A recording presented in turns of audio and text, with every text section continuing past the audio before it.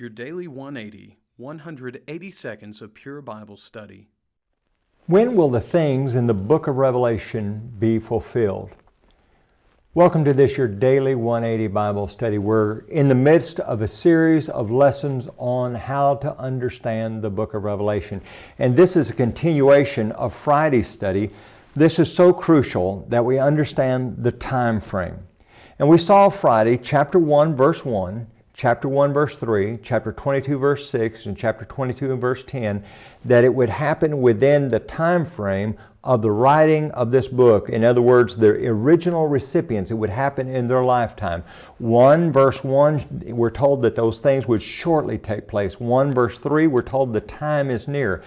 The book ends similarly. Chapter 22 verse 6, the time frame is shortly take place. 22:10, the time is at hand. Also, we saw in chapter 22 and verse 10 that John is told, don't seal up the words of this prophecy. The primary application was for that generation. You look over at similar language in Daniel chapter 8 and verse 26, and there Daniel is told to seal up a prophecy. The primary application would be for a future generation.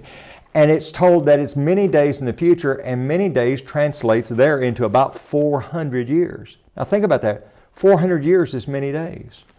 But here in Revelation, we're told the time is at hand. People would have you believe that, now that's written back in the first century, and there are people who would have you believe today that it's still not been fulfilled. How in the world would that be possible if it's shortly to take place? It was already fulfilled.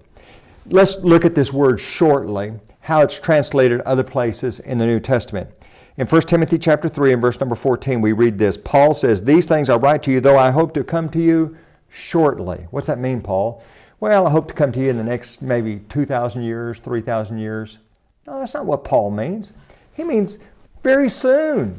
Well, what's the book of Revelation mean? It means very soon. Consider Galatians chapter 1 and verse number 6. Same word.